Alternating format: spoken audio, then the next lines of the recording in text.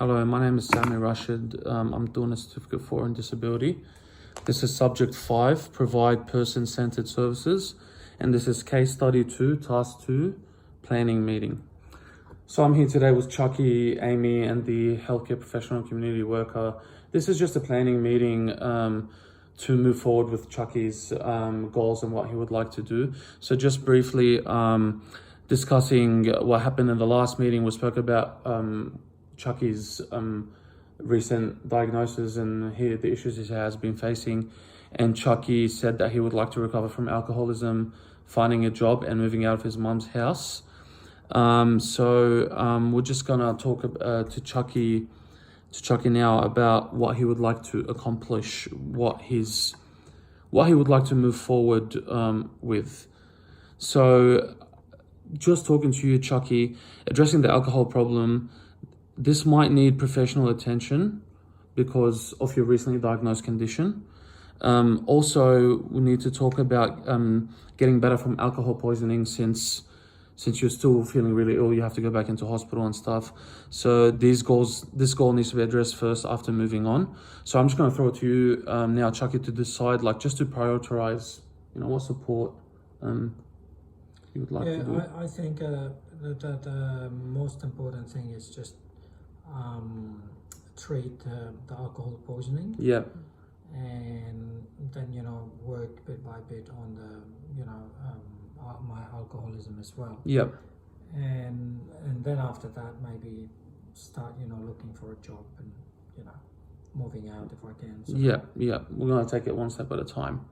So now I just wanna ask this question to Amy, to the psychiatrist and the community worker. This is just for suggestions and comments on support services and activities that will help Chucky achieve his support goals. So we can start with the psychiatrist. What do you reckon? Some support? Well, definitely. I can probably suggest a place which is very, respectful in that sense. So it's Alcohol Anonymous, and I think Chucky can definitely be referred to see them. But again, all depending on Chucky and his preferences as well. But I would suggest that place, and definitely alcohol poisoning at the same time. Alcohol poisoning treatment it has to be provided by a registered hospital and the workers there. So these two are really urgent, and we need to act as soon as we can. Yep. And just to the addiction therapist, what can you give us? What advice can you give to Chucky? Well, we can start looking about, the local government services and what they provide in this sense as well. Yeah. So, and I just don't want Chucky and Mum to be worried about that. That's right. And Amy, I'm sure you agree with what the healthcare professionals are saying? Yeah, I do. And because, I struggle always with my pension because I'm only on a pension, and it's barely enough for me and Chucky. So, and I'm glad to hear that, that most of the services will be funded by the local government. That's right, as the addiction therapist said, great they will be, So we're just gonna talk now to the psychiatrist. This is just about workers or agencies who will be responsible for the activities that Chucky's gonna be doing. So for, just for alcoholism, where can we as I mentioned before, it's Alcohol Anonymous. Yeah. Now, there's plenty of other places as well that we can actually look into. Yeah. But that's probably would be the most important thing. One. Yes. And for his alcohol poisoning, just for medication, he'd just a registered hospital, as we said. Yeah. Okay. So we're just gonna talk about now the equipment and services that are needed for the service delivery. And how this will be provided to Chucky. So there's access to the community and health networks. So Lotus will have a carer or a support worker with Chucky when he goes to access the community and health networks, only if he wants to. And we also have transportation that can take him to and from meetings, whatever he needs to do. So Chucky, you don't need to worry about that, as this is covered Good. by Lotus Compassionate Care. That's very good.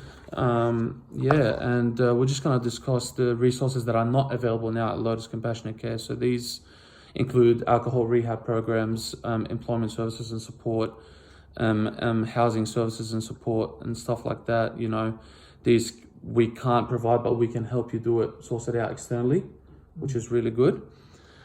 So yeah, we're gonna talk about the action plan that we're gonna put in place for Chucky. I'm just gonna throw it to you guys to have, if you have any questions towards the action plan. Yeah. So yeah, I have a question in regards to the review and evaluation process, and how often are we going to do this? Okay, Chucky. So the review can be done every 6 monthly, and we're thinking about a monthly evaluations. But as I said before, at any stage, if you feel like you need information, or if you feel like you need to contact us in case of an emergency, you can contact us at any time, and we can help you from there. So, Amy, do you have any question towards the Well, the can I actually ask you about your exact role in all of this, and your responsibilities? So I'll be the support worker for Chucky. So my job is to come up with the action plan. So all this information that's being gathered from here will go into the action plan, and my job is to liaise between the healthcare professional, the community worker, and my managers, and the client in Chucky, so we can be all on the same page all the time. So now, just for the psychiatrist, I heard that you had a question as well. Yeah, I was just wondering if you have any clinical support available at your service. Yeah. Well, no, we don't, but we can source out psychologists, stuff like that, externally. And finally, just for the addiction therapist, do you have any question about the plan? Well, actually, the only question I have is, would you have staff support for Chucky actually when he accesses his therapy sessions? So yes, we will have staff supporting Chucky, but only if he wants to. If he can attend, if he feels like he can go by himself, he'll do that. But if we need staff with him, then staff will go with him.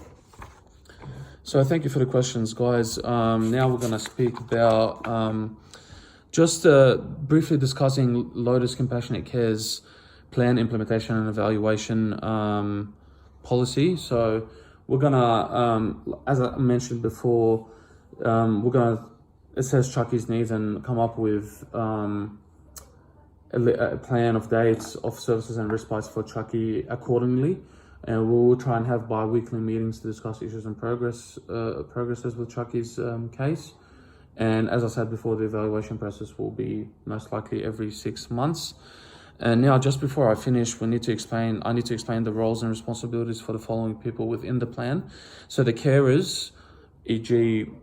people that are working with Lotus Compassionate Care, they're caring for Chucky outside the respite care hours. The health professional, which is the psychiatrist, is giving advice on Chucky's health concerns and helping the support worker come up with person-centered responses. The community worker, which is the addiction therapist, is giving advice on community services that Chucky can apply for, helping the support worker come up with person-centered responses as well. So they're working with me so we can come up with responses and, for Chucky to help Chucky better his journey to recovery. So if there's no other questions, that is our meeting for today. So Chucky, are you happy with the meeting? You're happy with everything moving forward? Yes, I am very happy. Beautiful. Thank you, guys.